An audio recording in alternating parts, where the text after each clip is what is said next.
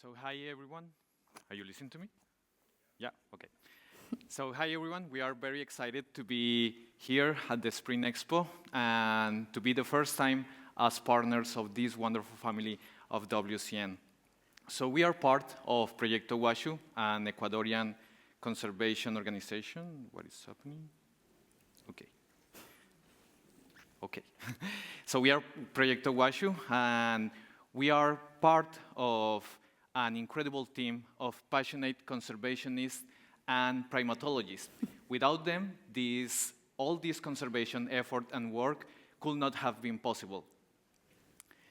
So through this presentation, we want to invite you all on a journey about this incredible and beautiful species, the brown-headed spider monkey. So allow me to introduce Viñamu.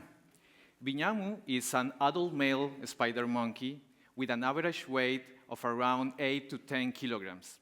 He is one of the biggest primate species in the neotropics.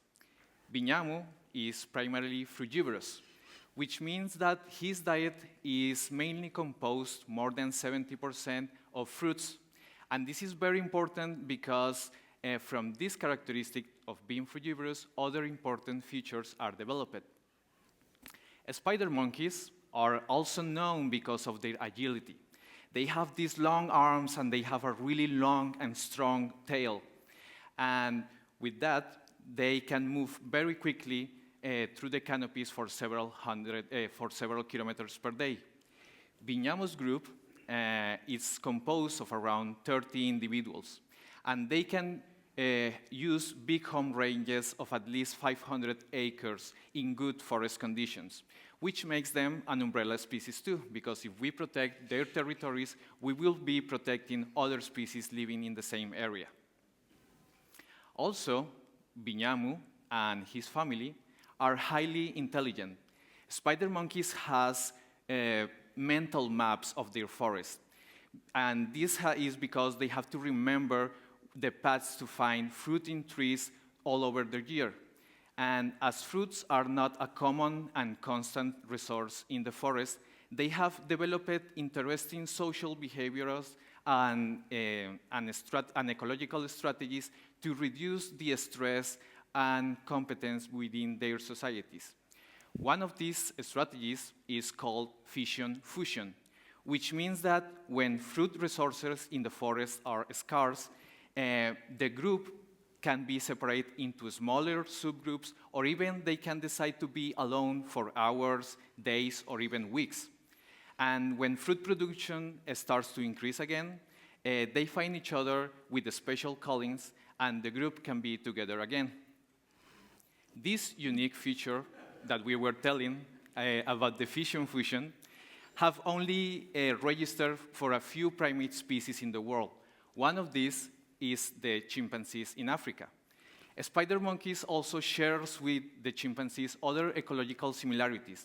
That is why we like to make an analogy that the spider monkeys is just like the chimpanzees of the Americas.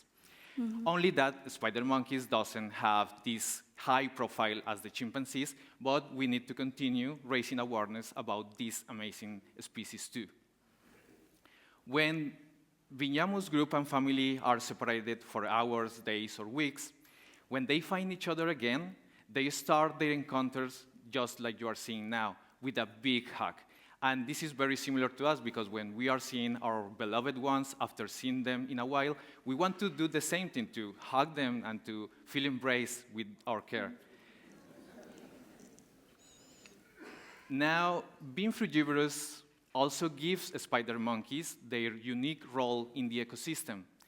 As they feed with fruits of different seed sizes, they carry these seeds in their stomachs, and with their long arms and tails, they can move long distances through the forest very fast.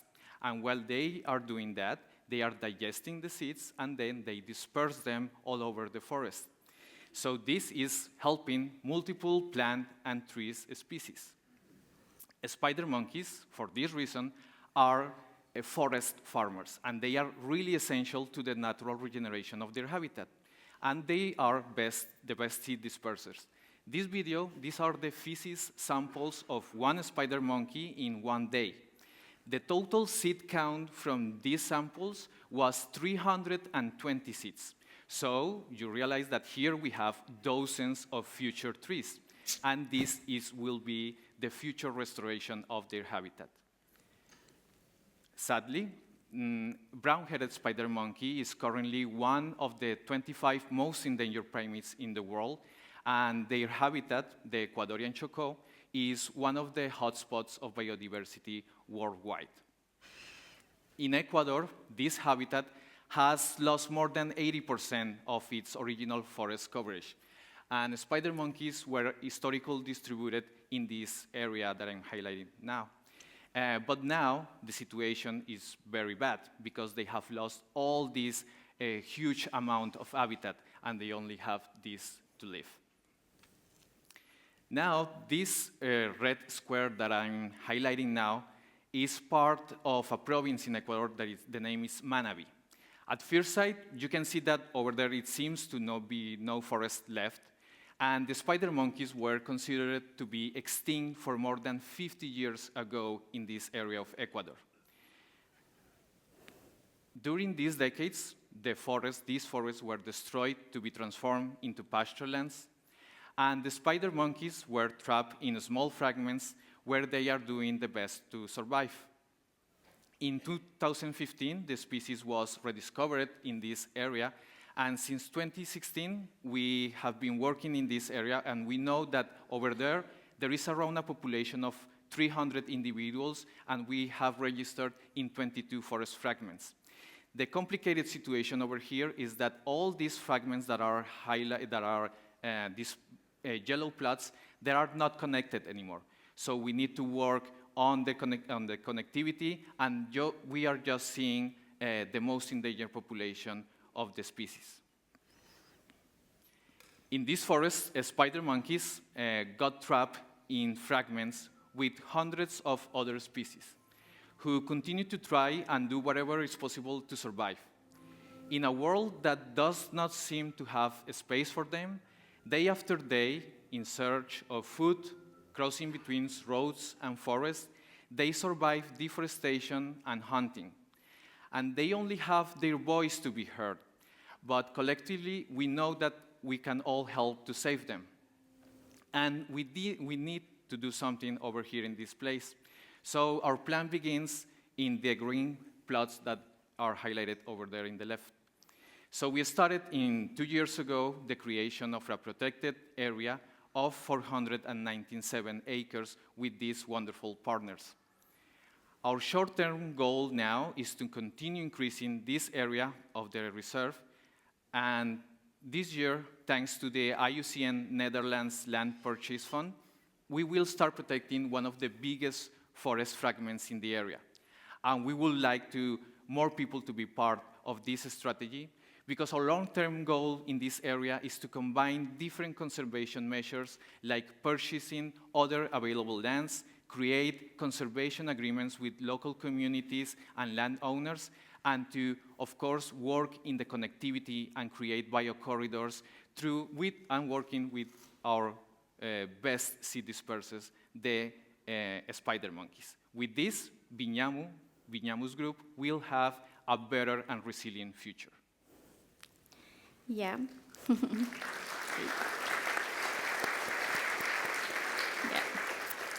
As you can see, habitat loss and fragmentation continue reducing wildlife populations, but at the same time, captive populations are increasing. And this is why we want to share with you the importance of the work of rehabilitation and rescue, because we want to share our goals for a second life chance for the biggest captive population of brown-headed spider monkeys in Ecuador. And probably you have a question that is, how are baby spider monkeys sourced from wildlife populations? And it seems like the mother would just let her baby be taken. And yes, like us, the mothers will protect their babies with their lives. And this means that the only way for wildlife traffickers to obtain a baby is kill its mother first. And yes, it's sadly, but just the other question is, what happened with these babies? And sadly, they will spend the rest of their lives caged or chained, and only or less than 1% have the opportunity to return to freedom. And that is why we want to give them a new opportunity, and we decided in 2014 to start one program for the rehabilitation of these species. Gracias. Sí. And we have been had cases of hope such as Nara. Her name means beautiful, but when she was found and rescued, she was living in a city, in a house, in this small cage where she has not space to move. And because of this and bad nutrition, she has problem bones, and we need to feed her, like you can see in the video, like a baby. And thanks our care and rehabilitation, we have the opportunity to give her the best care, and she has the opportunity to regain her mobility. As you can see here, Nara is better, and yeah, we know that this is a hard work, because it is, but we feel really fortunate because we have the opportunity to do something for them and change the lives of these monkeys.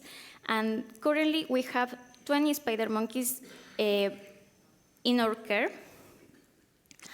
And the center where they are now manage naturalized enclosures with small islands, like with trees, and which contribute to the rehabilitation for these monkeys, for the behavioral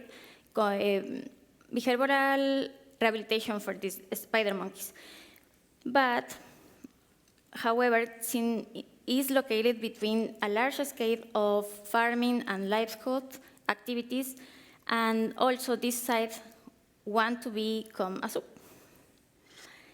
And that is why, since our work began, we start looking for a new land to build a specialized center for these primates. And fortunately, we have the opportunity, together with other partners, to acquire a land of 80 acres where we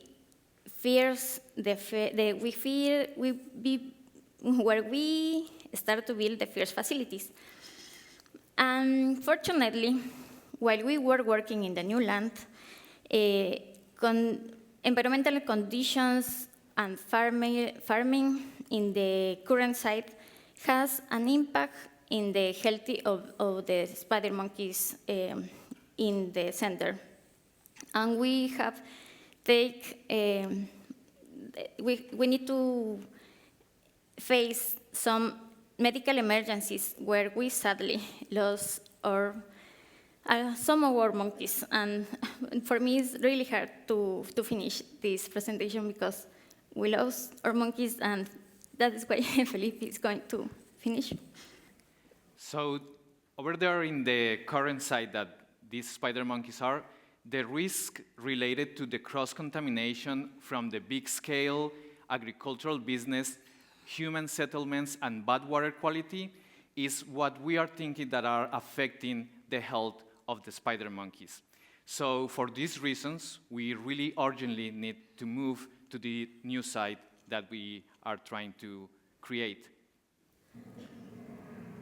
For example, over here, you can see this is happening all days in this center, sadly, because over there, banana crops are a huge business and they need to be fertilized by airplanes, so this is very complicated.